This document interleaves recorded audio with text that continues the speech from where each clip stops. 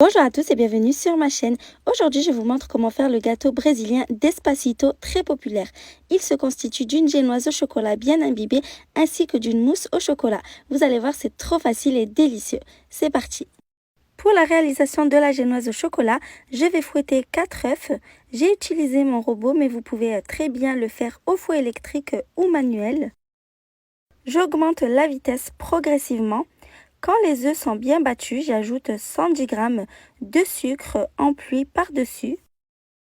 J'augmente la vitesse au maximum et je fouette pendant 5 à 8 minutes. Le mélange doit mousser, blanchir et puis tripler de volume. Ce qui nous permettra d'avoir une génoise super légère et moelleuse.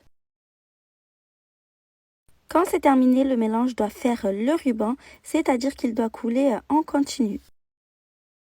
Je tamise 55 g de farine ainsi que 25 g de cacao en 2 fois sur le mélange. Je mélange délicatement avec une maryse en m'assurant que la première partie soit totalement intégrée avant d'ajouter le reste. Pour plus d'idées de recettes, je vous invite à vous abonner à ma chaîne sans oublier d'activer la cloche de notification, je publie régulièrement. Il vous faudra un moule à charnière ou un cercle à pâtisserie pour pouvoir démouler votre gâteau. C'est important, sinon il ne sera pas démoulable. Mon moule fait 22 cm de diamètre. Vous pouvez utiliser plus petit ou plus grand selon l'épaisseur de génoise que vous désirez. Vous pouvez aller entre 18 et 24 cm. Après avoir bien beurré le moule, je verse la pâte à génoise à l'intérieur. Je la mets dans le four préchauffé à 180 degrés pendant 20 minutes. Pour le sirop d'imbibage, je fais chauffer 150 ml de lait avec une cuillère à soupe d'extrait de vanille. J'ajoute également 3 cuillères à soupe de cacao en poudre non sucré que j'ai au préalable tamisé. Vous pouvez aussi ajouter du café soluble. Moi, j'en ai pas mis parce que j'aime pas trop ça. Quand c'est bien chaud et bien mélangé, je retire du feu. À la sortie du four, j'ai retourné la génoise au chocolat pour qu'elle soit parfaitement lisse. Je retire le papier sulfurisé et puis je replace la charnière du moule. Je pique bien la génoise de partout à l'aide d'une fourchette. Et j'imbibe toute la génoise du mélange de lait au chocolat.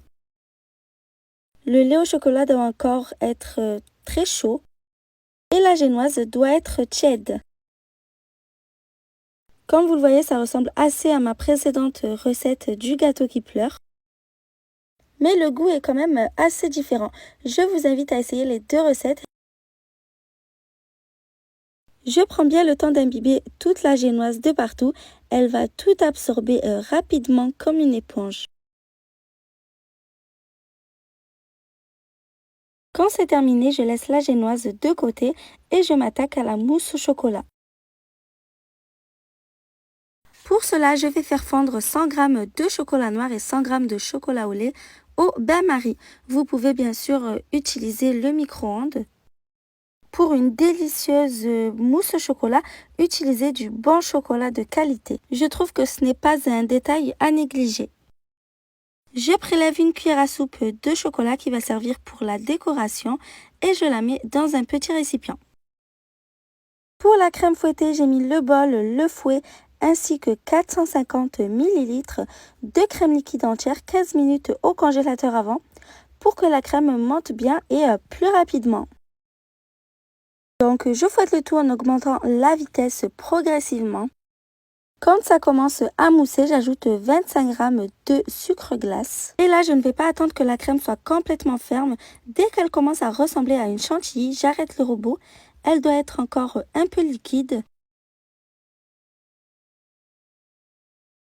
Je prends une petite quantité de crème et je l'ajoute au chocolat. Le chocolat doit être tiède, il ne doit pas complètement être refroidi ni être trop chaud.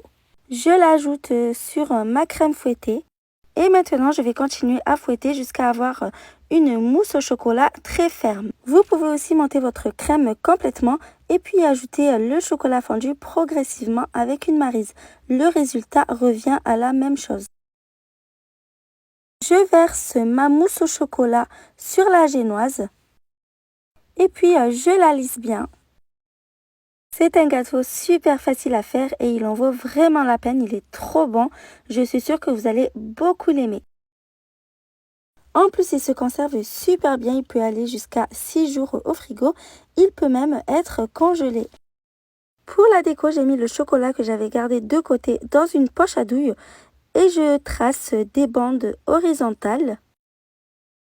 C'est pas grave si c'est pas très droit, ça se verra pas à la fin. Avec un cure-dent, je trace des traits dans l'autre sens en alternant une fois vers le bas et l'autre fois vers le haut. Ça rappelle un peu le millefeuille, je trouve ça trop beau. Et là, c'est le moment le plus difficile de la recette. Il va falloir patienter minimum 3 heures en mettant le gâteau au frais.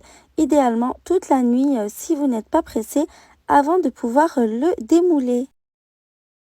Pour faciliter le démoulage, je vous conseille de passer la lame d'un couteau tout autour et puis normalement ça se démoule très facilement. J'espère que la recette vous a plu. À bientôt!